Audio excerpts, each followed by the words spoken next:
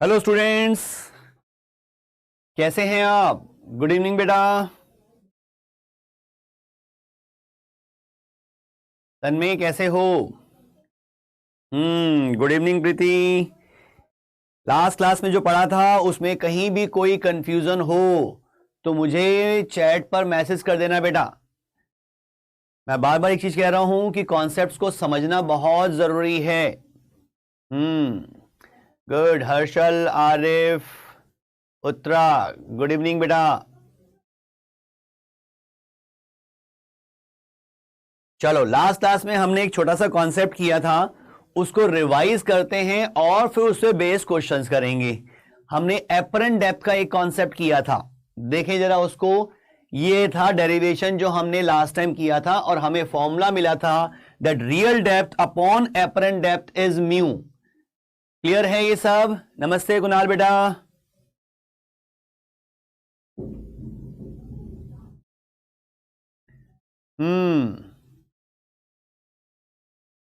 सब क्लियर है? गुड।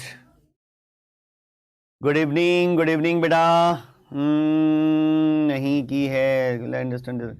दीप्ति बेटा, पिछली क्लास अगर नहीं की तो उसके तो कॉन्सेप्ट यूज होंगे। देखो, लास्ट क्लास में ये फॉर्मूला ड्राइव किया था हमने, अब इस फॉर्मूले पे बेस हम कुछ क्वेश्चंस करेंगे।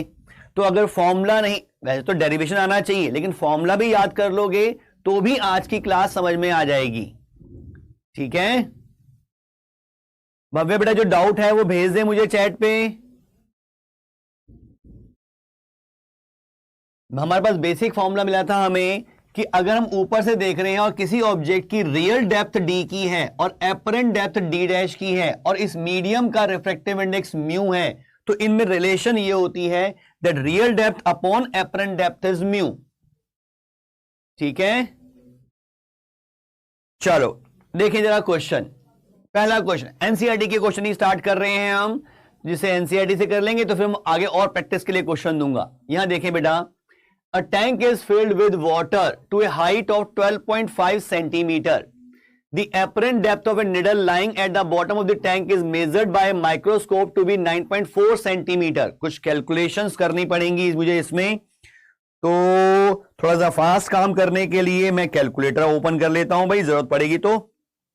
ठीक है, यहां देखें बेटा, हमें क्या दे रखा है, एक टैंक है, मान लेते हैं भाई ये टैंक है और इसे हमने भर रखा है वाटर से। इसमें पड़ा हुआ है जी बहुत सारा वाटर। कितनी हाइट तक? 12.5 सेंटीमीटर। तो ये पूरा पार्ट जो हो गया ये हो गया 12.5 centimetre. The apparent depth of A needle lying at the bottom. अब इसमें बना देते हैं हम एक निडल, रेड कलर से दिखा देता हूं भाई। यहां पर एक निडल पड़ी है, निडल नजर आ रही है सबको? थोड़ा कलर और चेंज कर दूं, ग्रीन ले लेते हैं। ये एक निडल है जो बेस पे पड़ी हुई है, लेकिन वो नजर कहां आ रही है? Tank is measured by microscope to be 9.4 centimetre. Means object तो यहां पर है, लेकिन ऊपर से देखने पर इसकी इमेज यहां कहीं नजर आ रही है। और ये जो डेप्थ दे रखी है, ये डेप्थ ये दे रखी है 9.4 सेंटीमीटर। 9.4 सेंटीमीटर, कुछ ज्यादा ऊपर बना दी, कोई बात नहीं, हमने डाटा तो लिख दिया है। ठीक है, 9.4 सेंटीमीटर की डेप्थ पर नजर आ रही है। अब उसने क्या कहा आगे? If the water is replaced by liquid of refractive index 1.63, यानी कि इसकी जगह पर 1.63 यूज कर लें, up to the same height, at by what distance would the microscope have to be move to focus on the needle again. Means हमें यह निकालना है कि इमेज कितनी शिफ्ट कर जाएगी। सिंपल कैलकुलेशन है कि हमें निकालना है कि इमेज कितनी शिफ्ट कर जाएगी अगर वाटर की जगह पे हम कोई दूसरा लिक्विड जिसका रिफ्रैक्टिव इंडेक्स 1.63 है ये डाल दें। तो देखिए, पहली इंफॉर्मेशन से हम क्या निकाल सकते हैं? पहली इंफॉर्मेशन से हम क्या निकाल सकते हैं भाई? हमें म्यू की जरूरत तो पड़ेगी नहीं भाई, दूसरे का म्यू तो दे ही रखा है। तो डायरेक्टली मैं एक नई सिचुएशन मान लेता हूं कि भाई ऊपर रखा हुआ है ये। अच्छा, कुछ और भी निकालना है क्या? By what distance would the microscope have to move to focus on the needle again. ठीक है, हमें कोई फर्क नहीं पड़ रहा, हमने उतनी ही हाइट पर एक नया लिक्विड डाल दिया। क्वेश्चन दोबारा पढ़ लें, कोई गड़बड़ ना कर रहे हो। अच्छा, इसने पूछा भी है what is the refractive index of water, water का रिफ्रैक्टिव इंडेक्स पूछा है, तो पहले से कैलकुलेशन करनी पड़ेगी, वही फॉर्मूला। भाई ये 12.5 सेंटीमीटर तो हो गए रियल डेप्थ, एक्चुअल में तो ऑब्जेक्ट यहां पे है, लेकिन नजर यहां आ रहा है, तो ये 9.4 सेंटीमीटर हो गई एपरेंट डेप्थ। तो हमारे पास फॉर्मूला क्या होता है, म्यू ऑफ वाटर आ जाएगा real depth upon apparent depth, means 12.5 centimetre divided by 9.4 centimetre. ये तो निकल जाएगा रिफ्रैक्टिव इंडेक्स ऑफ वाटर, जो पहला पार्ट पूछा है। फटाफट डिवाइड कर लेते हैं इसको हम, 12.5 डिवाइडेड बाय 9.4, 9.4 और ये आ रहा है 1.329, मींस अप्रोक्सीमेटली 1.33 लिख सकता हूं मैं, 1.33। ये मिल गया हमें refractive index. Please use red colour, red colour ज्यादा अच्छा लग रहा है। चलो जी देखते हैं। हाँ बेटा, रे डायग्राम की हेल्प पड़ेगी आगे, बिल्कुल। अब दूसरे का रिफ्रैक्टिव इंडेक्स दे रखा है 1.63 और ऑब्जेक्ट वहीं पड़ा हुआ है, निडल तो वहीं पर है भाई। अब देख रहे हैं तो कहां नजर आएगी, यानी कि एपरेंट डेप्थ निकाल सकते हैं उसी फॉर्मूले से। फॉर्मूला हमारे पास है mu is equals to real depth upon apparent depth, यानी कि एपरेंट डेप्थ आएगी real depth upon mu. Real depth तो है वही 12.5 सेंटीमीटर की, और म्यू अब दे रखा है 1.63। तो ये डाटा ये कितना आएगा, इसे कैलकुलेट कर लेते हैं भाई। 12.5 को हमें डिवाइड करना है 1.63 से, तो ये आंसर आ रहा है 7.6 के आसपास, 7.6 सेंटीमीटर। ठीक है, अब देखो पहले ये ऊपर से 9.4 पे नजर आ रही थी, अब नजर आ रही है ऊपर से 7.6 सेंटीमीटर पर। तो कितना शिफ्ट करना पड़ गया, तो जो शिफ्ट करना पड़ेगा वो आ जाएगा 9.4 माइनस 7.6 सेंटीमीटर, इतना ही शिफ्ट करना पड़ेगा। मींस 1 पॉइंट, यहां मेरे पास आंसर जो आ रहा था 7.66 था, तो 7.7 कर दें अप्रोक्सीमेटली, 7.7 सेंटीमीटर। तो ये हो जाएगा 7.7 और ये आ जाएगा 1.7 सेंटीमीटर। आंसर आ जाएगा अप्रोक्स 1.7 सेंटीमीटर।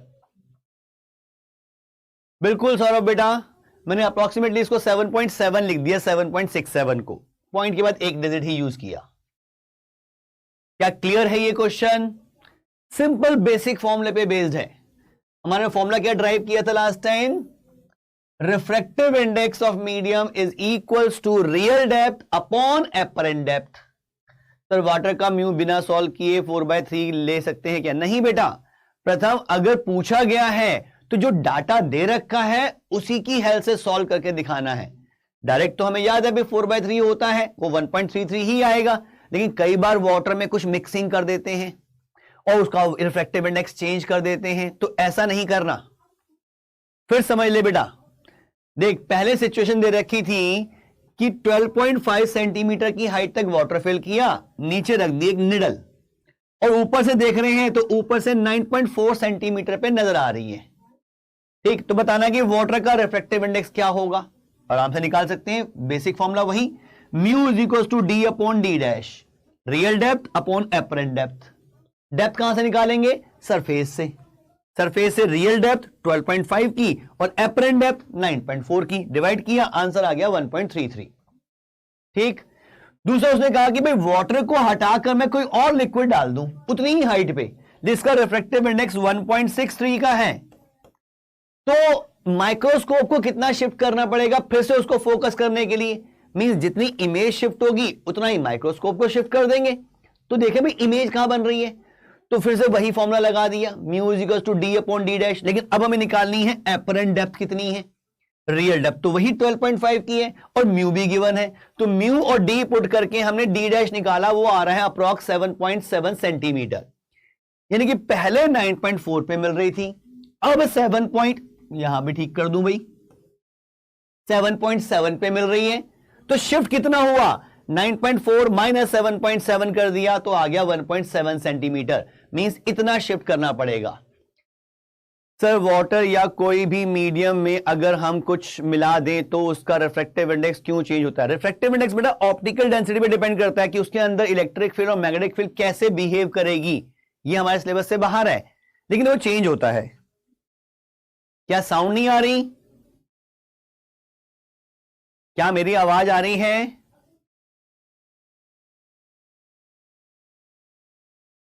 एक बच्चा कह रहा है दिव्या श्रीन साउंड नहीं है, कहीं उसकी तरफ से तो स्पीकर ऑफ नहीं है। क्या बाकी बच्चों को मेरी साउंड आ रही है?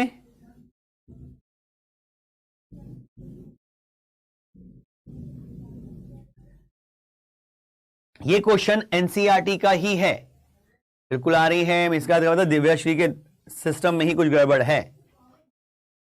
सिंपल क्वेश्चन एक और देखें भाई, एनसीईआरटी का क्वेश्चन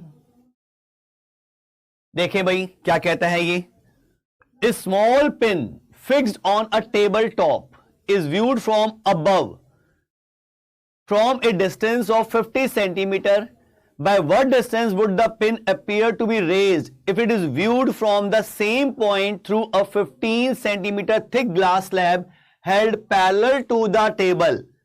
ठीक है, और रिफ्रैक्टिव इंडेक्स ऑफ ग्लास दे रखा है 1.5। Does the answer depend on the location of the slab? नहीं। देखो भाई, उसने कहा कि ये टेबल है, मान ले ये हमने एक टेबल बना दी। इस टेबल के ऊपर रखा हमने एक ऑब्जेक्ट। क्या रखा भाई? Small pen. ये हो गया एक स्मॉल पेन जिसे मैं ऑब्जेक्ट कह रहा हूं। ये हो गया object. Is viewed from above from a distance of 50 centimetre. Means ऊपर से यहां से देख रहे हैं। वैसे तो इस डिस्टेंस का फर्क नहीं पड़ता, बस दे रखा है, ये डिस्टेंस दे रखा है हमें 50 सेंटीमीटर का। By what distance would the pin appear to be raised if it is viewed from the same point through a 15 centimetre thick glass slab held parallel to the table. देखो इसमें एक और अच्छा formula है, NCERT में नहीं है लेकिन मैं बता देता हूं जिससे आपका काम और आसान हो जाएगा। देखो जरा, इस क्वेश्चन को अभी यहीं रोक देते हैं, इसका कॉन्सेप्ट सीखते हैं कि छोटे फॉर्मूले से कैसे करें। मैं इसमें एक शीट इंसर्ट कर दूं। देखो भाई, अरे हमने लास्ट क्लास में किया था कि भाई यहां पर एक मीडियम है जिसका रिफ्रैक्टिव इंडेक्स है म्यू, और यहां पे रखा मैंने ऑब्जेक्ट, थिकनेस इसकी टी, और मैं ऊपर से देख रहा हूं तो मुझे इसकी इमेज यहां कहीं नजर आएगी। ठीक है जी। ये इस ऑब्जेक्ट की रियल डेप्थ जो है, मैं पूरा ही लिख दूं इसको क्योंकि यहां मैंने टी ले लिया है, तो इसको ऐसा लिख दूं, real depth from the surface is t और रिफ्रैक्टिव इंडेक्स म्यू, और हमें को फॉर्मूला पता है mu is equals to real depth upon apparent depth. ये बेसिक फॉर्मूला मेरे पास है। तो अगर ये एपरेंट डेप्थ मुझे निकालनी है तो मैं इस फॉर्मूले से निकाल सकता हूं। देखें भाई, real depth upon apparent depth, हाँ जी, रियल डेप्थ तो हमने लिख दी टी, तो ये आ जाएगा mu is equal to t upon apparent depth. देखो जी, फॉर्मूला ठीक लगाया है, कोई गलती ना हो। Mu is equal to real depth t की है और एपरेंट डेप्थ मुझे निकालनी है, तो मैं कह सकता हूं कि apparent depth is equal to t by mu. Means ये वाला डिस्टेंस जो है ये टी बाय म्यू का आ गया। ये फॉर्मूला तो हम कर चुके हैं, ठीक। लेकिन यहां एक चीज और देखो, एक टर्म को हम कहते हैं एपरेंट शिफ्ट। भाई ऑब्जेक्ट यहां था, नजर यहां आ रहा है, ऊपर से देखने पर नजर यहां आ रहा है, तो ये शिफ्ट कितना हो गया, इस पार्ट को हम कहते हैं एपरेंट शिफ्ट। Apparent shift. ये एपरेंट शिफ्ट कितना होगा, जरा इसे देखें भाई, ये डिस्टेंस निकालना है कि कितना शिफ्ट हो गया, तो इस टी में से इतना माइनस कर दूं तो ये मिल जाएगा, यानी कि T minus T by mu, इसमें से टी कॉमन ले लो तो 1 माइनस 1 बाय म्यू। ये एक फॉर्मूला जो आपकी बहुत हेल्प करेगा क्वेश्चन, अच्छे क्वेश्चन में, एपरेंट शिफ्ट। और ये ध्यान रखना है, ये एपरेंट शिफ्ट कितना होगा ये इंडिपेंडेंट होता है कि आप यहां से देख रहे हो, यहां से देख रहे हो, यहां से देख रहे हो, कहीं से भी देख लो, अरे एपरेंट शिफ्ट तो उतना ही आएगा। हां, उस ऑब्जेक्ट का डिस्टेंस आपसे कितना है और इमेज का डिस्टेंस आपसे कितना है वो तो डिपेंड कर रहा है कि आप कहां से देख रहे हो, लेकिन शिफ्ट कितना हुआ ये इस बात पर डिपेंड नहीं करता कि आप कहां से देख रहे हो। 50 सेंटीमीटर क्यों नहीं, 50 सेंटीमीटर कहां दे रखा है, मैं तो एक डेरिवेशन करवा रहा हूं बेटा, मैं एक डेरिवेशन करवा रहा हूं, फिर समझ लो भाई। ऑब्जेक्ट यहां था, ऊपर से देख रहे हैं तो नजर तो ये आई पे आ रहा है, यानी कि ये तो हो गई रियल डेप्थ और ये हो गई एपरेंट डेप्थ, लेकिन था यहां पे, नजर यहां आ रहा है, तो ऊपर की तरफ कितना शिफ्ट हुआ, एक्चुअल में शिफ्ट नहीं हुआ, हम तो उसे देख पा रहे हैं कि वो इतना शिफ्ट नजर आ रहा है, इसलिए इसको कहते हैं एपरेंट शिफ्ट। तो एपरेंट शिफ्ट हुआ यहां से यहां तक, ऑब्जेक्ट से इमेज का डिस्टेंस जो ऊपर चला गया है, तो ये कितना है, तो पूरी थिकनेस में से ये वाली थिकनेस माइनस कर दूं तो ये मिल जाएगी, तो मैंने टी में से टी बाय म्यू माइनस कर दिया, मुझे ये मिल गया। ये फॉर्मूला आपको याद रखना है एपरेंट शिफ्ट का। बिल्कुल वासु बेटा, एपरेंट शिफ्ट का मतलब यही है, real depth minus apparent depth, ठीक है बेटा। प्रीवियस क्वेश्चन में तो उसने डेप्थ ही पूछी थी, इसने में कोई फर्क नहीं पड़ रहा, लेकिन शिफ्ट अगर पूछा हो तो बड़े आराम से कर सकते हैं ऐसे। हाँ, पिछले क्वेश्चन में भी कर सकते थे, लेकिन शिफ्ट हमें निकालना पड़ता जब भी एपरेंट शिफ्ट। और एपरेंट शिफ्ट जो है वो इंडिपेंडेंट होता है कि हम कहां से देख रहे हैं, बस हमें उस मीडियम की थिकनेस चाहिए, उस मीडियम की थिकनेस चाहिए, उसका रिफ्रैक्टिव इंडेक्स चाहिए, हम एपरेंट शिफ्ट निकाल सकते हैं। क्या ये क्लियर? ये इंपॉर्टेंट फॉर्मूला है, आपके बहुत काम आएगा ये। अब इससे बेस अगर मैं वो देखूं जो क्वेश्चन अभी हम कर रहे थे, ये वाला क्या था भाई, स्मॉल पिन यहां रखा हुआ है, ऊपर से देख रहे हैं 50 सेंटीमीटर से, above from a distance of 50 centimeter. By what distance would the pin appear to be raised if it is viewed from the same point through a 50 centimeter thick glass? यानी कि अब यहां रख दिया है एक थिक ग्लास, लेकिन thick glass भी कैसा, जिसकी थिकनेस जो है वो सिर्फ 15 सेंटीमीटर की है। यहीं पे 50 और 15 का ध्यान रखना है, 15 सेंटीमीटर की थिकनेस है। Is viewed by what distance would the pin appear to be raised if it is viewed from the same point through a 15 centimeter thick glass slab held parallel to the table? Refractive index इसका दे रखा है 1.5। पहले तो इसी का बताएं, उसने सिर्फ शिफ्टिंग ही पूछी है भाई, कितना शिफ्ट कर जाएगी इमेज ये बताओ। तो ये जो शिफ्टिंग है, शिफ्ट, इसका तो डायरेक्ट फॉर्मूला मुझे मिल गया, अभी हमने किया, याद आ रहा है? शिफ्ट का कोई क्वेश्चन, ये शिफ्ट का ही क्वेश्चन है बेटा। ये जो हमने ड्राइव किया, ये रिलेशन सबको क्लियर है? ये रिलेशन सबको क्लियर है? यहां पे देख क्या पूछा है, फिर समझ ले बेटा। अंकित देख बेटा, 15 सेंटीमीटर का उसने लिखा है, by what distance would the pin appear to be raised, कितना रेज नजर आएगा, मींस कितना शिफ्ट नजर आएगा। तो फॉर्मूला हमारे पास है T into 1 minus 1 by mu. क्या अंकित क्लियर? बस डाटा पुट करना है, लेकिन T क्या पुट करेंगे, 50 या 15? 50 या 15? इसमें T की जगह पे क्या पुट करना चाहिए, 50 या 15? सोच के बताना बेटा। देख रहा 50 से है, लेकिन स्लैब जिसका रिफ्रैक्टिव इंडेक्स 1.5 है, अरे उसकी थिकनेस तो सिर्फ 15 की है, तो हम तो यहां पे वो थिकनेस देते हैं जो उस मीडियम की होती है, यानी कि 15 into 1 minus 1 by mu, mu दे रखा है 1.5 मतलब 3/2, 1.5 का मतलब 3/2, ऐसे सॉल्व करना आसान होता है। तो यह आ जाएगा 15 इंटू 1 माइनस 2/3 1/3, तो आंसर आ रहा है 5 सेंटीमीटर। मींस वो 5 सेंटीमीटर शिफ्ट करेगा, ध्यान रखना, वो 5 सेंटीमीटर शिफ्ट करेगा। तो ये एपरन शिफ्ट का फॉर्मूला डायरेक्ट अप्लाई करा तो आंसर आ गया।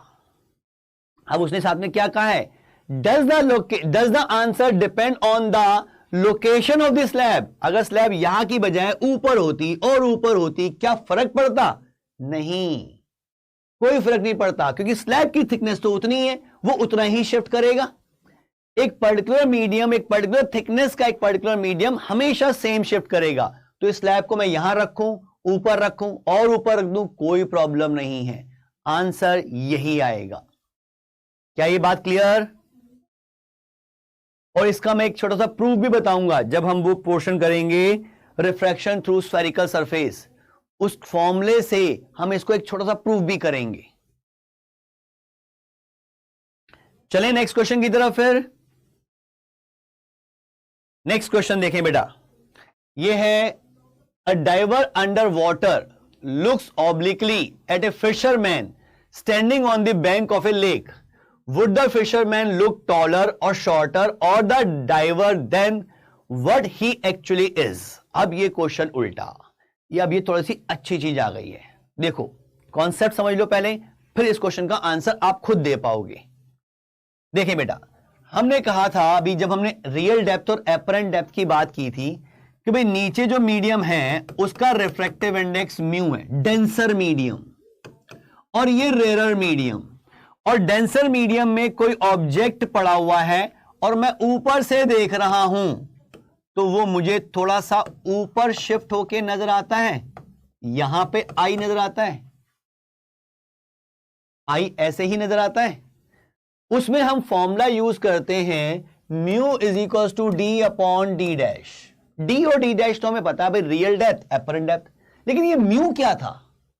ये म्यू था refractive index of this medium जिसमें ऑब्जेक्ट है, refractive index of this medium with respect to rare medium, क्योंकि रेयर मीडियम को हमने 1 माना था, एयर मानी थी। एयर की जगह कुछ और कर दें तो डाटा में चेंज होता है, तो ये ध्यान रखेंगे। This mu is the refractive index of medium of object with respect to refractive index of a medium of observer।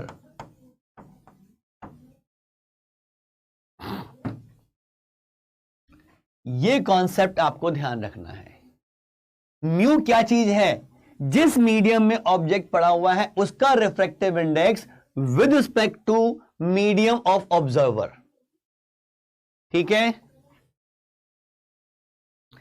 Question note करने की जरूरत नहीं बेटा, ये आपको मिल जाएंगे नोट्स, उससे आप कॉपी करना। हां, अपने नोट्स में वो स्पेस छोड़ दो जहां पे ये क्वेश्चन नोट करोगे, जहां ये क्वेश्चन नोट करोगे वहां पे स्पेस छोड़ दो, और फिर आप देखोगे बाद में जब नोट्स मिलेंगे तब आप उसमें नोट कर लेना। ठीक, अब देखो ये चीज मिल गई। अगर मैं इसका उल्टा कर दूं, उल्टा, तो यहां पे शिफ्टिंग कितनी होती है ये मुझे पता है। यहां शिफ्टिंग होती है t into 1 minus 1 by mu, और t जो है ये डेप्थ हो जाएगी, रियल डेप्थ जो हमने बात की थी, जो हम पहले d से कह रहे थे, मैंने यहां पे t से रिप्रेजेंट कर दिया। अगर मैं उल्टा कर दूं, मींस आप पानी के बाहर और पानी के अंदर किसी ऑब्जेक्ट को देख रहे हो तो वो पास नजर आता है, लेकिन उल्टा हो कि आप पानी के अंदर, स्विमिंग पूल के अंदर हो, आप यहां पे कोई पर्सन है, आपकी चुका मैं मान लेता हूं फिश है एक, क्योंकि पर्सन बनाना मेरे लिए थोड़ा सा मुश्किल है भाई, मैंने फिश बना दी। और ये फिश बाहर किसी ऑब्जेक्ट को देखती हैं, तो उस समय ऑब्जेक्ट तो यहां पर है 1 के मीडियम में और ऑब्जर्वर वो म्यू के मीडियम में है, वो म्यू के मीडियम में, वाटर के मीडियम में। तो मैं जब यही फॉर्मूला यूज करूंगा तो यहां मैं अगर डेप्थ दिखाता हूं ये वाली डी, ये डेप्थ अगर मैं डी लेके चलता हूं और यही फॉर्मूला लगाऊं तो d upon d dash is equal to क्या रखना पड़ेगा मुझे, refractive index of medium of object यानी कि 1 with respect to refractive index of observer means fish यानी कि विच इज म्यू। तो ये आएगा 1 बाय म्यू। क्या ये बात समझ में आ रही है? और इससे देखें तो म्यू तो 1 से बड़ा है यानी कि अब डी डैश जो है वो डी से बड़ा आएगा। तो ये बेसिक कॉन्सेप्ट ध्यान रखना है। अगर हम रेरर मीडियम से डेंसर मीडियम में देख रहे हैं तो ऑब्जेक्ट नजदीक नजर आता है, लेकिन अगर डेंसर मीडियम से रेरर मीडियम में देख रहे हैं तो ऑब्जेक्ट दूर नजर आता है। अब एपरेंट डेप्थ ज्यादा हो जाएगी रियल डेप्थ से। तो ये ध्यान रखना बेटा। क्या ये कॉन्सेप्ट सबको क्लियर? और इसको हम शिफ्टिंग के फॉर्मूले से भी कर सकते हैं। म्यू की जगह पे 1 बाय म्यू पुट करेंगे तो आंसर जो आएगा वो नेगेटिव में आएगा। सिंपल सा फंडा फिर रिपीट कर रहा हूं, फिर सुन ले बेटा। अगर आप रेयरर मीडियम में जैसे एयर में खड़े होकर वाटर के अंदर देखते हैं तो ऑब्जेक्ट नजदीक नजर आते हैं, लेकिन वाटर के अंदर जाके, स्विमिंग पूल के अंदर जाके बाहर को देखोगे तो वो दूर नजर आएंगे, क्योंकि वो रेयरर मीडियम में ऑब्जेक्ट पड़ा हुआ है और आप डेंसर मीडियम में हो आप, तो ये उल्टा काम हो जाएगा, तो वो दूर नजर आएंगे। इसको हम रे डायग्राम से भी समझ सकते हैं। ठीक है, 1 बाय म्यू क्यों लिया बेटा? 1 बाय म्यू इसलिए लिया क्योंकि यहां पर म्यू जो होता है that is refractive index of the medium of object with respect to refractive index of medium of observer. अब यहां पर ऑब्जेक्ट जो है वो इसमें है और अब हम जब निकालते हैं refractive index of 2 with respect to 1 तो उसका फॉर्मूला मैंने आपको बताया था μ2 बाय μ1 होता है। Refractive index of second medium with respect to first medium is μ2 by μ1। हमें यहां क्या निकालना है? Refractive index of air. हमें निकालना है refractive index of air with respect to water. तो फॉर्मूला कहता है refractive index of air upon refractive index of water. अब एयर का रिफ्रैक्टिव इंडेक्स तो 1 और वाटर का म्यू, तो ये बन जाएगा 1 बाय म्यू, इसलिए मेरे को 1 बाय म्यू पुट करना पड़ा।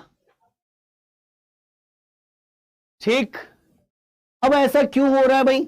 ये दूर क्यों नजर आ रहा है? फॉर्मूला तो कह रहा है, लेकिन रे डायग्राम से कैसे समझे उसे भी समझ लेते हैं।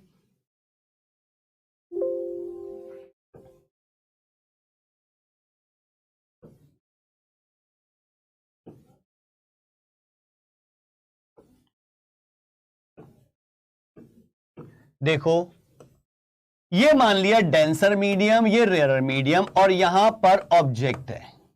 रेज भेजी थी हमने, जो डायग्राम पहले बनाया था मैं वही बना रहा हूं दोबारा से। अभी ऑब्जेक्ट से सीधी रे गई और ऐसे चली गई, एक टेढ़ी गई ऐसे, तो अब रेयरर से डेंसर जा रही है तो अवे, सॉरी डेंसर से रेयरर जा रही है तो अवे फ्रॉम नॉर्मल बेंड होगी और इनको एक्सटेंड करके जो इमेज बनेगी वो यहां बनेगी, मींस वो सरफेस के क्लोज आ गई।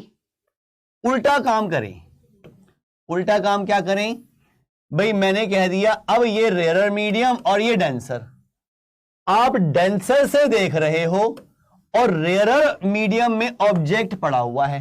अब रे डायग्राम जरा देखो, एक रे मैंने सीधी भेजी तो सीधी निकल जाएगी, उसमें तो कोई चेंज नहीं, नॉर्मल स्ट्राइक करेगी तो I 0 तो R भी 0। लेकिन जो ऐसी ऑब्लिक जाएगी तो ये एंगल I होगा। अब जा रही है डेंसर, रेयरर से डेंसर। जब रेयरर से डेंसर जाती है तो टुवर्ड्स द नॉर्मल बेंड होती है, यानी कि अब ये इधर जाने की बजाय इधर जाएगी, थोड़ा सा नॉर्मल की तरफ बेंड हो जाएगी। अब दो रिफ्रैक्टेड रेज ऐसे, तो इमेज क्या बनेगी? इनको पीछे की तरफ एक्सटेंड करो, करेंगे करेंगे करेंगे, इसको करेंगे तो अरे इमेज तो पीछे चली गई। अब एपरेंट डेप्थ जो है डी डैश, अरे वो डी से बड़ी आ रही है। क्या रे डायग्राम से समझ में आया कि अगर आप रेयर मीडियम से देखते हो डेंसर मीडियम के अंदर तो ऑब्जेक्ट आपको पास नजर आ रहा है, लेकिन अगर डेंसर से देख रहे हो रेयर मीडियम के अंदर तो ऑब्जेक्ट दूर नजर आ रहा है। ऐसा क्यों हुआ? क्या क्लियर हुआ? रे डायग्राम से भी समझाया मैंने आपको और फॉर्मूला भी बता रहा है ये चीज। ठीक, शिफ्टिंग में भी ये काम कर सकते हैं। क्या ये क्लियर कॉन्सेप्ट? यानी कि अगर मैं कहूं कि एक रिवर है और उसके अंदर फिश है किसी डिस्टेंस पे, मान लो 1 मीटर नीचे है सरफेस से, वाटर की सरफेस से 1 मीटर नीचे एक फिश है और वाटर की सरफेस से ही 1 मीटर ऊपर एक बर्ड है। बर्ड फिश को देखेगी तो फिश नजदीक नजर आएगी, लेकिन जब फिश बर्ड को देख रही होगी तो बर्ड दूर नजर आएगी। क्या ये क्लियर? इस लॉजिक से अब इस क्वेश्चन का आंसर आप बताओ मुझे, कौन कहां देख रहा है? जरा क्वेश्चन को ध्यान से पढ़ो। A diver under water means जो ऑब्जर्वर है वो तो वाटर के अंदर है, looks obliquely at a fisherman standing on the bank of a lake, और जो जिसको देख रहा है वो एयर में है, तो जो एयर में है वो तो दूर नजर आएगा, मींस उसका साइज अगर बात करूं तो वो साइज भी बढ़ जाएगा। Would the fisherman look taller और shorter to the diver than what he actually is? तो आंसर क्या आना चाहिए? अब क्या आंसर आना चाहिए? टॉलर। बहुत बढ़िया, ये आंसर आ जाएगा। और क्यों? इसका रीजन फॉर्मूले से भी समझ में आ रहा होगा और रे डायग्राम से भी। ठीक है, प्रथम बेटा शॉर्टर नहीं होगा, अब टॉलर होगा, क्योंकि ऑब्जर्वर जो है वो डेंसर मीडियम में है, डेंसर मीडियम में ऑब्जर्वर है और ऑब्जेक्ट रेयरर मीडियम में है। तो अगर मैं इस तरह से कहूं कि भाई ये सरफेस यहां से कोई बंदा देख रहा है, अरे ये सरफेस यहां से कोई देख रहा है और मान लो इस ऑब्जेक्ट को देख रहा है, ए बी ऑब्जेक्ट को जिसकी कोई हाइट है, जब देखेगा तो ए तो यही नजर आएगा क्योंकि वो बाउंड्री पे है, उसकी कोई हाइट ही नहीं है। बी की हाइट है लेकिन बी की हाइट तो ज्यादा नजर आएगी, मींस है इतना लेकिन नजर कितना आएगा? ए से लेकर इस तक, यानी कि वो टॉलर नजर आएगा। क्लियर? चलो बढ़िया है, समझ में आ गया तो बहुत अच्छी बात। एक क्वेश्चन और देखें, और हर क्वेश्चन में एक नया कॉन्सेप्ट मिल रहा है। हमने पहला क्वेश्चन किया था तो मैंने आपको एक एपरेंट शिफ्ट का फॉर्मूला दे दिया। पहले क्वेश्चन में तो पुराना फॉर्मूला था जो हम कर चुके थे, उसका यूज किया, यहां एपरेंट शिफ्ट मिला, यहां पे कॉन्सेप्ट मिल गया रेयर और डेंसर में कहां से देख रहे हैं उसके अकॉर्डिंग ऑब्जर्व करने का। तीसरा ये जो क्वेश्चन आया इसमें एक चीज और मिल रही है, इसमें ज्यादा फॉर्मूला नहीं है, सिर्फ एक छोटा सा कॉन्सेप्ट है। इसमें क्वेश्चन आ सकता है तो इसी टाइप का आ सकता है, इसको ध्यान से समझना बेटा। मान लो ये वाटर सरफेस और नीचे वाटर, मैंने वाटर इसलिए बना दिया है बताने के लिए कि भी डेंसर मीडियम है, मींस ये डेंसर मीडियम है, ये रेयर मीडियम है। डेंसर मीडियम में अगर मैं कोई ऑब्जेक्ट रखता हूं और बिल्कुल ऊपर से ही देखता हूं तो वो मुझे यहां कहीं नजर आता है, आई, वो ऊपर शिफ्ट हो जाता है, इतना तो पढ़ रखा है। और कितना शिफ्ट होता है ये भी पता है, T × 1 - 1 by mu. Apparent depth कितनी हो जाएगी वो भी निकल जाएगा, T बाय म्यू। ठीक, लेकिन अगर हम इसे ऑब्लिकली साइड वे से देखें तो थोड़ा सा चेंज होता है। अगर मैं ग्रीन कलर से मार्क करूं, यहां से देखने की बजाय, इसके जस्ट ऊपर से देखने की बजाय साइड से देखूं, यहां से देखने की कोशिश करूं अगर मैं, तो इसकी जो इमेज यहां बन रही थी वो इधर नहीं नजर आती, वो शिफ्ट होती है इस तरफ। यानी कि अगर हम राइट से देख रहे हैं तो इमेज लेफ्ट में शिफ्ट होती है, और अगर हम लेफ्ट से देख रहे हैं तो इमेज राइट में शिफ्ट होगी और साथ साथ थोड़ा सा और ऊपर जाएगी। क्यों? ये हमारे सिलेबस में नहीं है, लेकिन ये याद रखना है।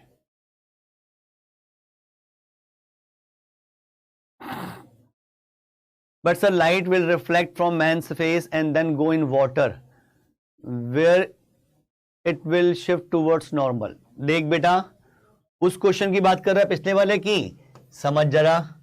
ये वाटर की सरफेस, यहां पर एक आदमी खड़ा कर दिया, ये मान ले भाई आदमी है, ये बेस उसका पैर ए पे और हेड बी पे, और यहां से आप देख रहे हो तो ए की पे तो रेज बिल्कुल कॉर्नर पे ही है, वो तो सीधी पहुंच गई, मतलब ए की इमेज तो यहीं बनेगी।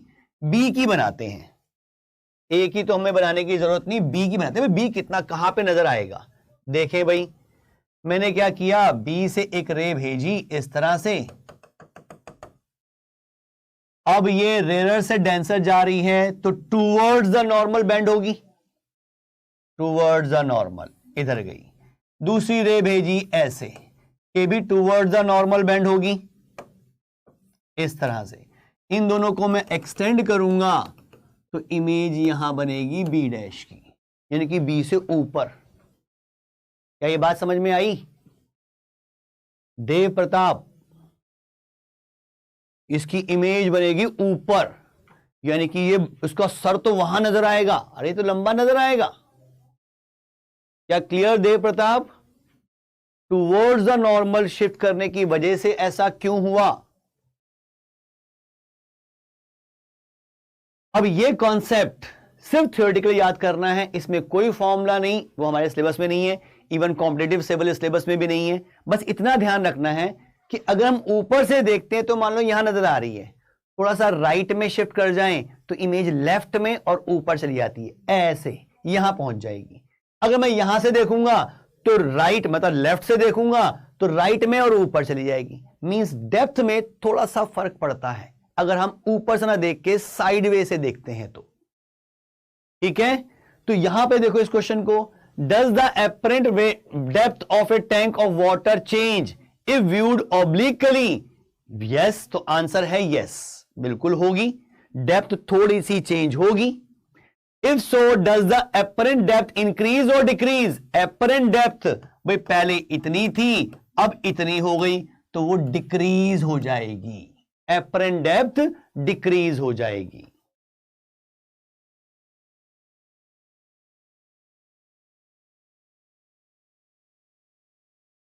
दीप्ति बेटा यही चैट पे भेज सकते हो अपने डाउट्स बेटा। वासु कौन से क्वेश्चन की बात कर रहे हो? इसकी बात कर रहे हो? इसमें भी ऑब्लिकली है, यही बात कर रहे थे बेटा, यही डिस्कस कर रहा हूं मैं। मुस्कान बेटा इसमें सिर्फ ये याद रखना है ऐसा क्यों हो रहा है, इसका रीजन तो मैंने आपको दिया ही नहीं, ये आपके सिलेबस में भी नहीं है, बस ये याद रखना है ऐसा होता है कि अगर हम ऊपर से देखते हैं तो यहां आई पे नजर आ रही है, राइट में जाएंगे तो वो लेफ्ट में और ऊपर शिफ्ट हो जाती है थोड़ी सी, और अगर लेफ्ट से देखते हैं तो राइट में और ऊपर शिफ्ट हो जाती है। मींस एपरेंट डेप्थ थोड़ी सी कम हो जाती है अगर हम साइड वे से देखते हैं तो। अगर डेंसर से डेंसर मीडियम देखें तो, अमन बेटा डेंसर से डेंसर का मतलब क्या हुआ? देख, अगर दो मीडियम हैं और दोनों के रिफ्रैक्टिव इंडेक्स अलग हैं तो कंफर्म है कि एक डेंसर होगा एक रेयर होगा। मैंने लास्ट टाइम भी बताया था कि डेंसर कोई एब्सोल्यूट डेंसर नहीं होता कि ये मीडियम डेंसर ही है, अरे उससे ज्यादा रिफ्रैक्टिव इंडेक्स का मीडियम मैंने उसके साथ यूज कर लिया तो रेयर हो जाएगा, उससे कम रिफ्रैक्टिव इंडेक्स का यूज कर लिया तो वो डेंसर हो जाएगा। तो डेंसर डेंसर मतलब क्या? अगर दो मीडियम है और उनके रिफ्रैक्टिव इंडेक्स अलग हैं तो जिसका रिफ्रैक्टिव इंडेक्स ज्यादा वो रिलेटिवली डेंसर और जिसका कम वो रेयरर। एब्सोल्यूट डेंसर तो कुछ नहीं है। कंफ्यूजिंग तो नहीं बेटा, मुस्कान थोड़ा सा डीप में सोचेगी तो बहुत आसान है, लेकिन रिपीट करनी पड़ेंगी चीजें। इसमें बेटा ऐसे ही क्वेश्चन आएंगे, जो ये कॉन्सेप्ट बता रहा हूं इसमें तो one word question one line question ही होंगे, ज्यादा इसमें एक्सप्लेन नहीं करना। एक्सप्लेन तो वो डेरिवेशन बता दिया। देखो जो लॉजिकल क्वेश्चंस आते हैं उनका रीजन तो आपको अपनी लैंग्वेज में लिखना है रीजन के साथ, बाकी डेरिवेशन वाले पार्ट में आपको साथ साथ लिखवा रहा हूं। ठीक, चलो जी आगे चलते हैं अपने नए कॉन्सेप्ट की तरफ, which is total internal reflection. तो हम वाटर से सन को कैसे करें, तो हाँ, अगर हम वाटर के अंदर जाके सन को देखेंगे तो सन दूर नजर आएगा, लेकिन सन ऑलरेडी इतना दूर है, पता ही नहीं चलेगा कितना दूर हो गया। इतने दूर ऑब्जेक्ट को देख रहे हो, पता ही चलना, इतना इतना फर्क ही नहीं पड़ेगा। सर सबसे ज्यादा डेंसर कौन सा मीडियम होता है? अलग अलग होते हैं। सबसे ज्यादा डेंसर तो अभी हमारे सामने जो आ रहा है वो डायमंड है। डायमंड का रिफ्रैक्टिव इंडेक्स मेरे दिमाग में आ रहा है वो शायद 2.4 के आसपास होता है। सेम मीडियम में कोई डिफरेंस है क्या इन? नहीं बेटा, अगर एक ही मीडियम में देखेंगे तो इमेज क्या हो, तो जहां ऑब्जेक्ट है वहीं इमेज बन जाएगी। भाई हम सब एयर में हैं, ये ऑब्जेक्ट भी एयर में है, मैं भी एयर में हूं, मैं इसको देख रहा हूं, तो जहां ये है वहीं नजर आ रहा है। चेंज क्यों होगी पोजीशन? जहां है वहीं नजर आएगा। मीडियम चेंज होने पर जब रिफ्रैक्शन होता है या रिफ्लेक्शन होता है तभी तो इमेज बनती है। अब एक ही मीडियम, यहां से रे स्टार्ट हुई, मेरे पास आई, सेम मीडियम रहा, मींस कोई रिफ्रैक्शन नहीं, कोई रिफ्लेक्शन भी नहीं हुआ, तो इमेज क्यों बनेगी? जहां है वहीं नजर आएगा। What if the viewer is in rear and object is denser? Vishu बेटा, मैंने सबसे पहले यही बताया था। ये जो पहला केस था ये वही तो था, यहां दोनों केस मैंने बताए हैं। देख, अगर हम रेयर में हैं और डेंसर में देख रहे हैं तो पास नजर आ रहा है, और अगर हम डेंसर में और रेयर में देख रहे हैं तो दूर नजर आ रहा है।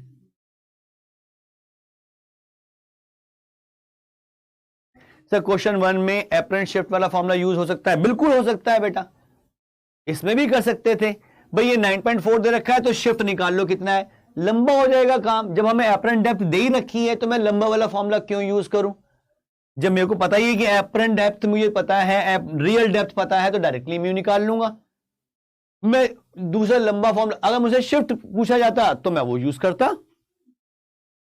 ठीक, अब चलते हैं अपने नए टॉपिक की तरफ।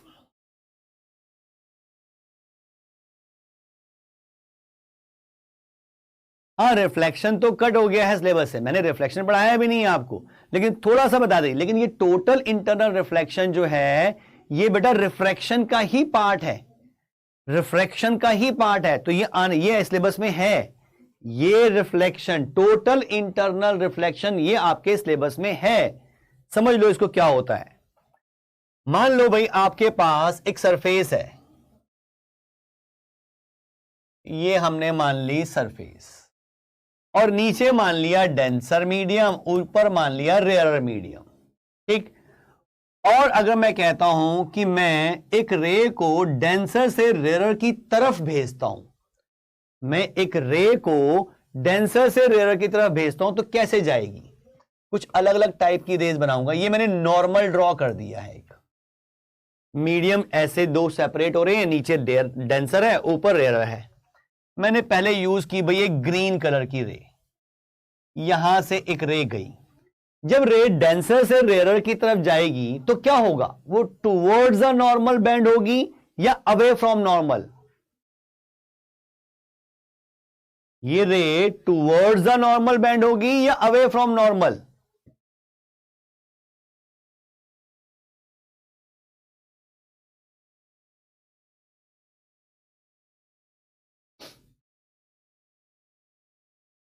दीप्ति बेटा अभी मुझे पता नहीं है, मुझे कंफर्म करना पड़ेगा बेटा। हाँ, अवे फ्रॉम नॉर्मल मींस ये इधर जा रही थी तो अब इधर चली गई, मींस एक पर्टिकुलर आई के लिए एक पर्टिकुलर आर मिल जाएगा अगर इनके रिफ्रैक्टिव इंडेक्स हमें पता है। तो मैंने क्या किया, इसका आई एंगल बढ़ाया। जब मैं आई बढ़ाऊंगा तो यहां से आर भी बढ़ेगा, ये और दूर हो जाएगी। भाई आई एंगल बढ़ाया, देखो ग्रीन वाली कैसे जा रही थी, अब ब्लू वाली में आई एंगल बढ़ा दिया तो आर भी बढ़ गया, और ज्यादा चलेगी उधर। ठीक, और बढ़ा देते हैं।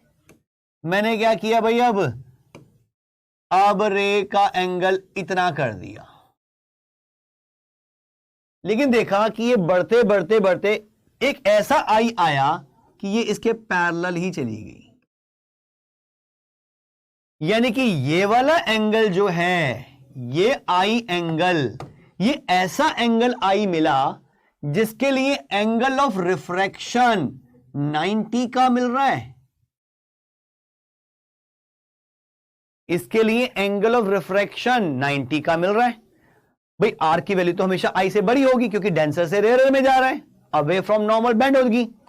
तो जैसे जैसे मैं ये बढ़ाता जा रहा हूं ये इधर की इधर बढ़ती जा रही है, एक पर्टिकुलर आई पे ये इधर चली गई। अब देखो अगर मैं इससे ज्यादा भी आई दे दूं तो क्या होगा? अगर मैंने रे ऐसे भेज दी रेड वाली जिसका एंगल ऑफ इंसिडेंस इस वाले आई से भी ज्यादा कर दिया और ज्यादा कर दिया, अब कहा भाई पहले से ही 90 हो चुका है, तो क्या होता है ये रिफ्रैक्ट होने की बजाय रिफ्लेक्ट होना स्टार्ट कर देती है। और रिफ्लेक्शन के वो लॉज जो इसके होते हैं, जो हमने रिफ्लेक्शन के लॉ 10th में पढ़े थे, I इक्वल टू आर, उनको फॉलो करती है। इसको हम कहते हैं टोटल इंटरनल रिफ्लेक्शन। यानी कि बिना रिफ्लेक्टिंग सरफेस के भी रिफ्लेक्शन हो पा रहा है। यहां कोई रिफ्लेक्टिंग सरफेस नहीं थी, सिर्फ एक बाउंड्री थी जो दो मीडियम को सेपरेट कर रही थी, नीचे डेंसर ऊपर रेयर। फिर भी रे इस तरह से आई और ये रिफ्लेक्ट हो गई। क्यों भाई? इस पे तो 90 का एंगल मिल रहा था, अब इससे ज्यादा एंगल तो मिलेगा नहीं, तो जैसी मैं एंगल इससे ज्यादा करूंगा ये रिफ्लेक्ट होनी स्टार्ट हो जाएगी और रिफ्लेक्शन के लॉज को फॉलो करेगी। This process is called total internal reflection. तो ये टोटल इंटरनल रिफ्लेक्शन क्या है, ये विजुलाइज कर पा रहे हो? हाँ बेटा अभी बता रहा हूं ये आई की वैल्यू क्या होती है, इसका एक नाम भी है, अभी मैं डिस्कस कर रहा हूं, लेकिन ये प्रोसेस समझ में आ रहा है क्या है टोटल इंटरनल रिफ्लेक्शन। अब यहां पे वो पर्टिकुलर आई, ये वाला वो पर्टिकुलर आई जिसके लिए एंगल ऑफ रिफ्रैक्शन 90 का मिला था, इसे कहते हैं हम क्रिटिकल एंगल, सी से रिप्रेजेंट करते हैं क्रिटिकल एंगल, इसे हम सी से रिप्रेजेंट करते हैं। ठीक है, यह है क्रिटिकल एंगल जिसको हम सी से रिप्रेजेंट करेंगे। अब ये क्रिटिकल एंगल क्या है, यह फॉर्मूला भी हमें पता होना चाहिए, यह फॉर्मूला भी हमें पता होना चाहिए कि है कितना ही है। तो मैंने मान लिया भी डेंसर मीडियम का refractive index with respect to rare medium suppose mu का है। मैंने म्यू क्या लिया, mu is the refractive index of denser medium with respect to rarer medium।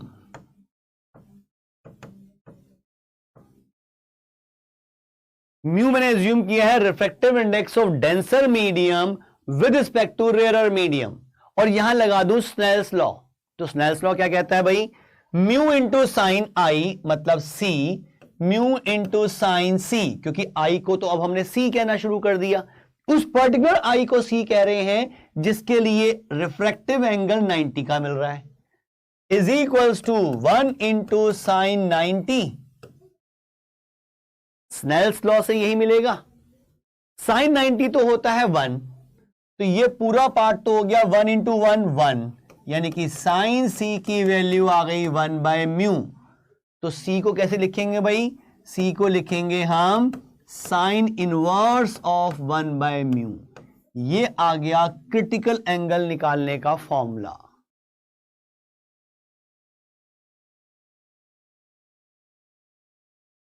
Sir angle of incidence का लार्ज होना जरूरी है फॉर टोटल, बिल्कुल बेटा ऐश्वर्या, मैं अभी किसी कंडीशन बताता हूं, उसमें एक कंडीशन यही वाली है जो आप बता रहे हो। Sir when your passes ray from denser to rare then source of light denser में ही होगा ना, बिल्कुल सोर्स ऑफ लाइट डेंसर में होगा, डेंसर से ही लाइट जा रही है और रेयर की तरफ जा रही है, तब ये होगा। तो अब टोटल इंटरनल रिफ्लेक्शन क्या है ये तो हमें समझ में आ गया, लेकिन किन कंडीशंस में होता है वो नोट कर लो। पहली condition, ray must move from denser to rarer medium, रे डेंसर से रेयर की तरफ जा रही होगी तभी TIR हो सकता है। TIR इसकी short form, total internal reflection. TIR होने के लिए दो कंडीशंस जरूरी हैं। पहली condition, ray must move from denser to rare medium, denser से रेयर की तरफ जा रही हो। Second condition, angle of incidence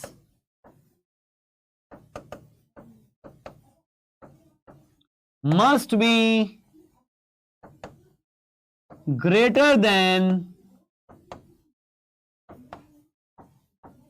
critical angle.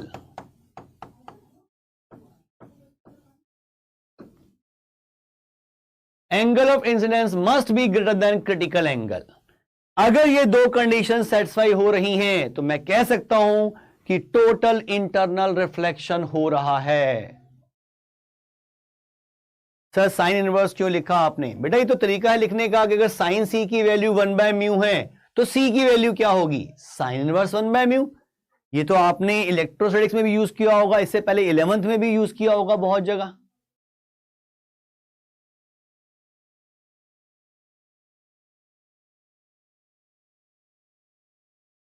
क्या ये clear? Total internal reflection important है ये भी, और ये जनरली आता है डेफिनेशन के साथ। मतलब क्या है, प्रोसेस को थोड़ा सा एक्सप्लेन करो और बता दो। इस तरह से लिखो कि टोटल इंटरनल रिफ्लेक्शन की हेडिंग डाली और लिखेंगे कि total internal reflection must take place if it satisfy these following two conditions, और ये दो कंडीशन लिख दी और साथ में फिर क्रिटिकल एंगल निकाल के भी दिखा दिया इसी तरीके से, तो आपको नंबर पूरे मिल जाएंगे। तो टू कंडीशन बता दीजिए। दूसरी कंडीशन बेटा ये है that angle of incidence must be greater than critical angle. Angle of incidence critical angle से बड़ा होगा तभी तो टोटल इंटरनल रिफ्लेक्शन होगा। What is minimum angle 40? बेटा वो तो डिपेंड करता है रिफ्रैक्टिव इंडेक्सेस पर। जैसे जैसे रिफ्रैक्टिव इंडेक्स होंगे उसके अकॉर्डिंग म्यू जितना ज्यादा होता जाएगा क्रिटिकल एंगल उतना छोटा होता जाएगा। म्यू जितना ज्यादा होगा क्रिटिकल एंगल उतना छोटा हो जाएगा। ठीक? क्या TIR समझ में आ रहा है? प्रथम बेटा कहां पे दिक्कत आई? सेकंड कंडीशन समझ नहीं आई। सेकंड कंडीशन सिंपल है बेटा अर्पणा। सेकंड कंडीशन बता रहे हैं कि TIR के लिए जो एंगल ऑफ इंसिडेंस है, जो मैंने रेड कलर की रे दिखाई है, इसको ध्यान से देखो।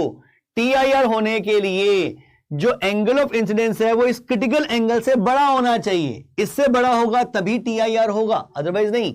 अगर इससे कम एंगल होगा तो रिफ्लेक्ट कर जाएगी। अगर इसे इधर भेजता हूं तो उधर चली गई, रिफ्लेक्ट कहां हुई? तो टोटल इंटरनल रिफ्लेक्शन तब होगा पहली कंडीशन की डेंसर से रेयर की तरफ जा रही हो। दूसरा, एंगल ऑफ इंसिडेंस अगर क्रिटिकल एंगल से बड़ा है तो TIR हो जाएगा।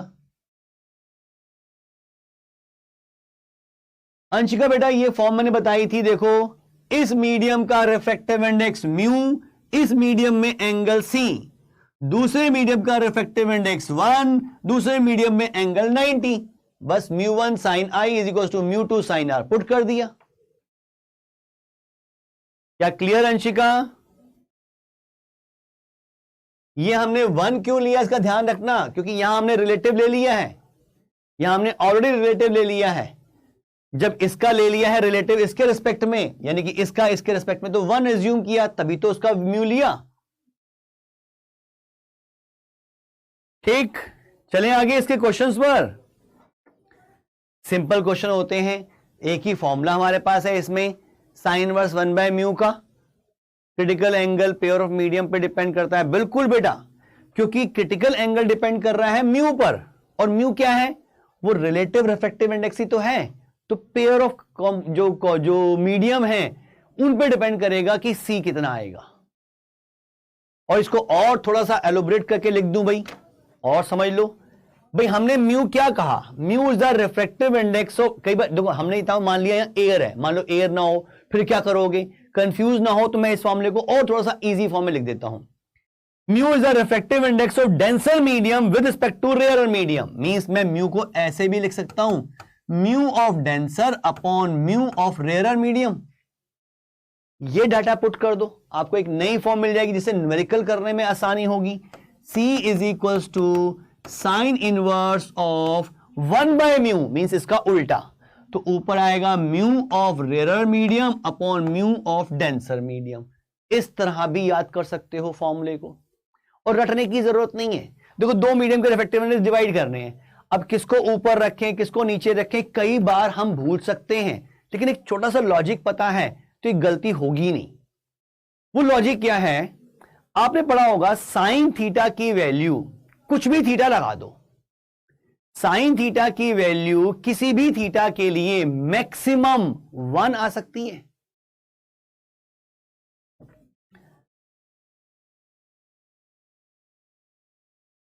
अमन बेटा वो डेंसर से रेयर में गई नहीं, लेकिन उसका मोशन जो है वो डेंसर से रेयर की तरफ होना चाहिए, रेयर से डेंसर की तरफ नहीं होना चाहिए।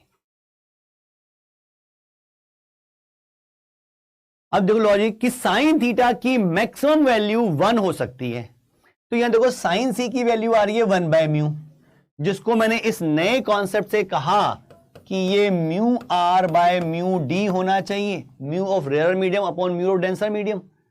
अब कई बार भूल जाते हैं भाई क्या ऊपर रखें क्या नीचे, डेंसर कहां था रेयर कहां था, तो ध्यान रखो ऊपर छोटा आएगा नीचे बड़ा आएगा, तभी तो आंसर 1 से छोटा आएगा। अगर मैंने ऊपर बड़ी वैल्यू पुट कर दी और नीचे छोटी कर दी तो साइन सी की वैल्यू तो 1 से बड़ी, ये तो पॉसिबल ही नहीं है। तो ध्यान रखो भाई कैसे कि ऊपर छोटी वैल्यू रखनी है नीचे बड़ी, ऊपर छोटी नीचे बड़ी, तभी आंसर मिलेगा। इस तरह से याद कर सकते हो। क्या क्लियर?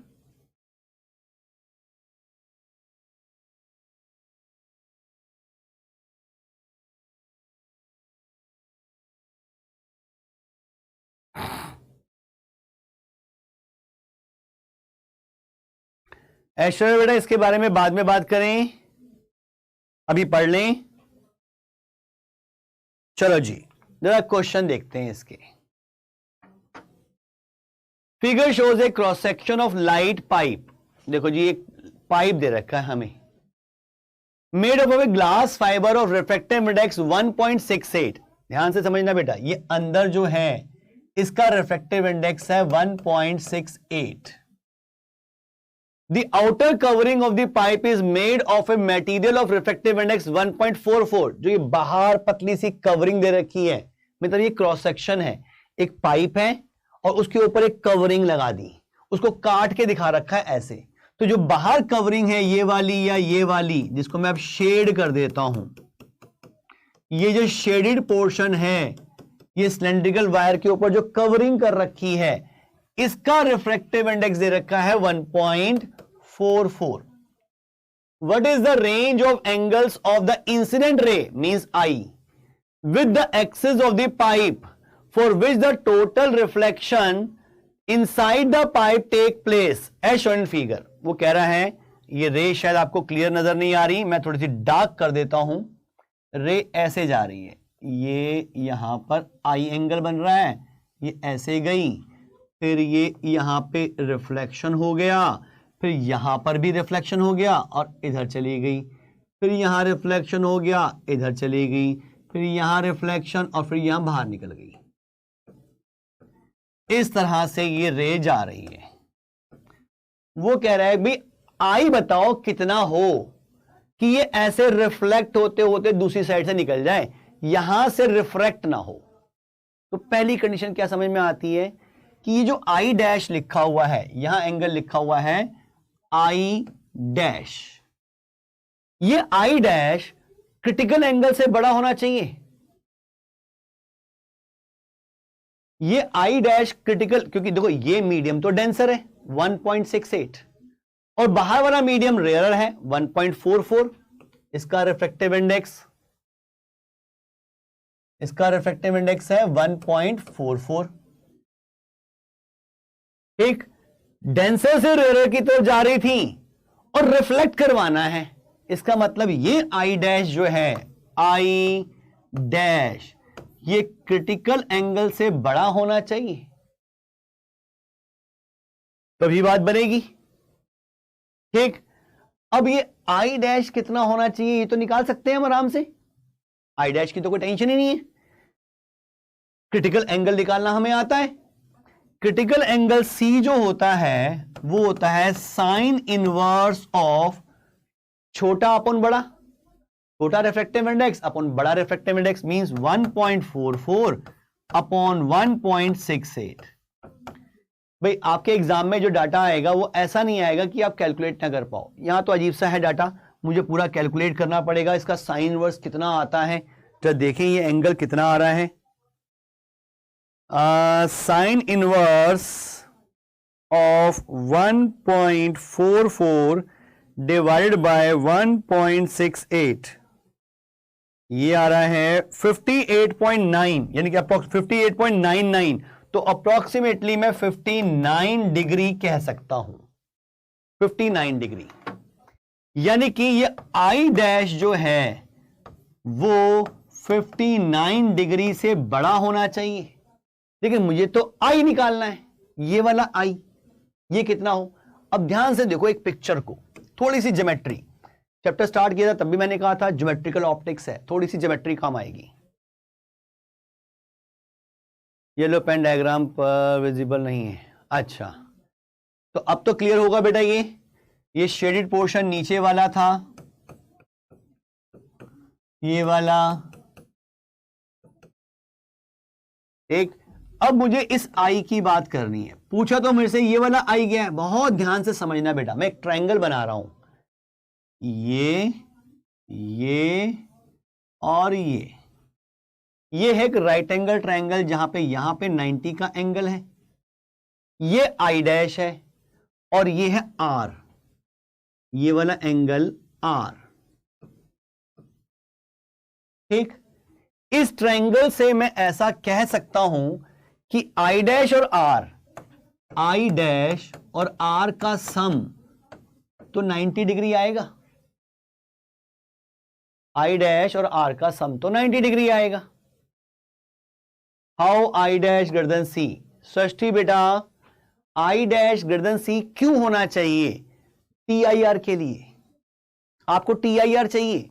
यहां तो मीडियम है 1.68, यहां है 1.44 और क्वेश्चन के अकॉर्डिंग एग्जामिनर चाहता है कि रे रिफ्रैक्ट ना हो, रिफ्लेक्ट हो जाए। तो रिफ्लेक्शन के लिए पहली कंडीशन तो सेटिस्फाई हो रही है कि भी रे जो है वो डेंसर से रेयर की तरफ जा रही है। दूसरी कंडीशन क्या थी कि एंगल ऑफ इंसिडेंस वो क्रिटिकल एंगल से बड़ा हो। तो ये आई डैश जो इस इंटरफेस के लिए एंगल ऑफ इंसिडेंस है वो क्रिटिकल एंगल से बड़ा होगा, तभी तो टी आई आर हो पाएगा।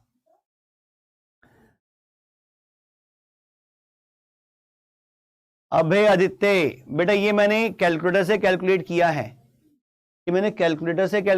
है, लेकिन आपके एग्जाम में ऐसा डाटा नहीं आएगा कि कैलकुलेटर की जरूरत पड़े। वो ऐसे रिफ्रैक्टिव इंडेक्स देंगे कि सिंप्लीफाई करके मान लो 1/2 आ गया तो 30 डिग्री बता दोगे, 1/√2 आ गया तो 45 डिग्री बता दोगे, √3/2 आ गया तो 60 डिग्री बता दोगे, इस तरह का आएगा।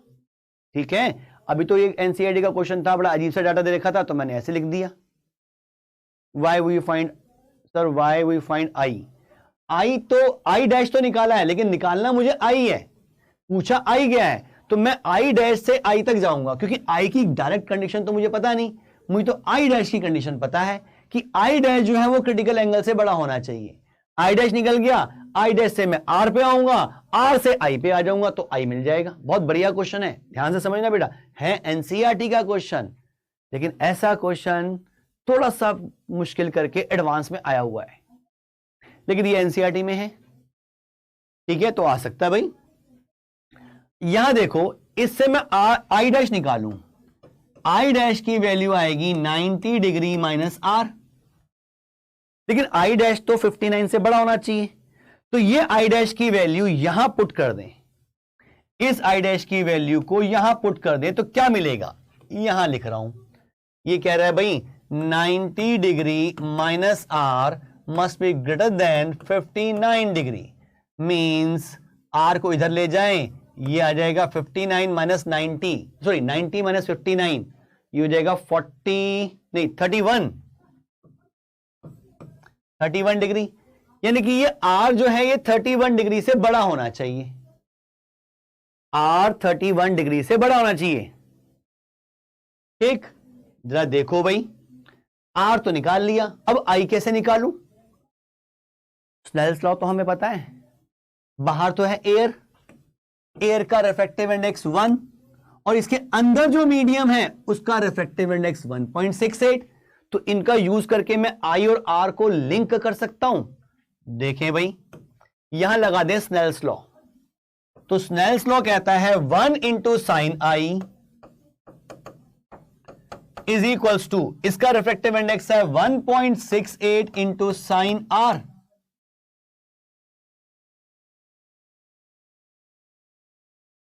क्या ठीक बेटा? ये 31 डिग्री तो अभी R निकला है, हाँ, तो कह सकते हो कि R must be less than 31 degree. इसको ऐसा लिख सकते हो कि अभी जो R मिला है वो 31 से छोटा होना चाहिए। छोटा ही लिखा है बेटा मैंने, बड़ा कहां लिखा है? R लेस देन 31 डिग्री ही तो लिखा है, इसको ऐसे घुमा के लिख दो तो ऐसा बन जाएगा R लेस देन 31 डिग्री। ठीक ही तो लिखा है।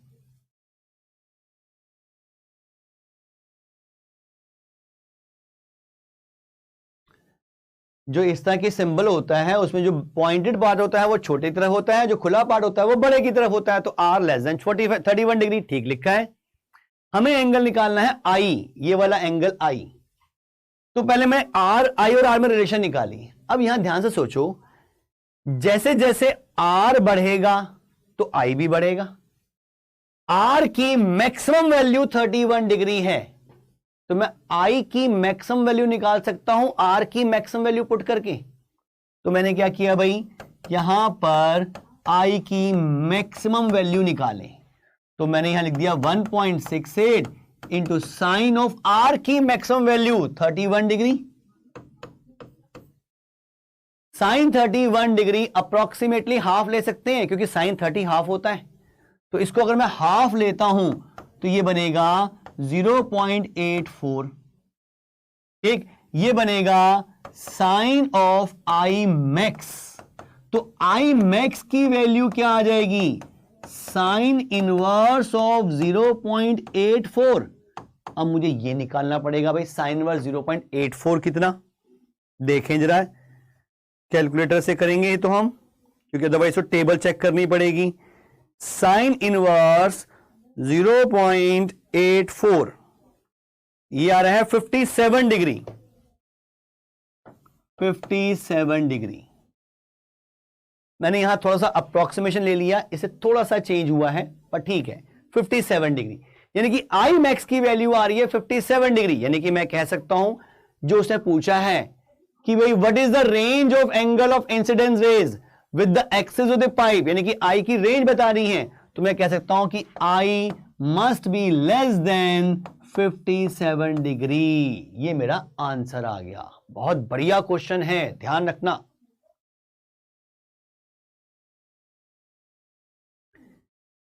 नहीं बेटा, रे यहां रेयर से डेंसर में जा रही है तो रिफ्लेक्ट हो गई है, लेकिन यहां पे तो डेंसर से रेयर में जा रही है।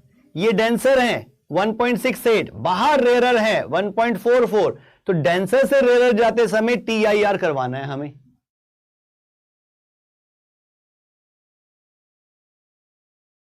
क्लियर?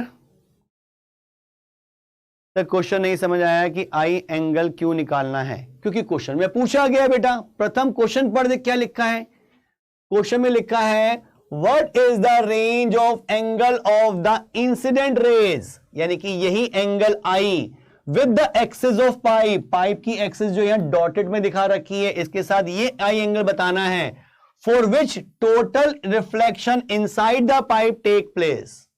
यही I तो पूछा है क्वेश्चन में, तो वही तो निकालना है। क्या क्लियर? तो आज हमने TIR समझा और ये बहुत बढ़िया क्वेश्चन TIR का मिला हमें। कुछ और क्वेश्चन भी हैं जो मैं नेक्स्ट क्लास में कराऊंगा आपको। TIR का एक क्वेश्चन और है मेरे पास, ये हम नेक्स्ट क्लास में करेंगे। इस TIR के कॉन्सेप्ट को और इस पर्टिकुलर क्वेश्चन को रिपीट जरूर कर लेना, बहुत बढ़िया क्वेश्चन है। नहीं बेटा दिव्यश्री, बेटा एग्जाम में इतनी टफ कैलकुलेशन नहीं मिलेंगी, क्योंकि वहां तो ना आपको कैलकुलेटर अलाउड है, ना ही आपको टेबल दी जाएगी कोई, तो वहां पे तो आपको इजी एंगल मिलेंगे। Range of angle is 0 to 57 degree. बिल्कुल बेटा हर्षित, यही होगा आंसर। क्लियर? तो नेक्स्ट क्लास में कंटिन्यू करेंगे इस अपने टॉपिक को, इसके बेस एक क्वेश्चन करके फिर नया टॉपिक उठाएंगे, लेकिन इसको रिपीट कर लेना नेक्स्ट क्लास में आने से पहले। ठीक, चलो बाय बेटा, मिलते हैं नेक्स्ट क्लास में।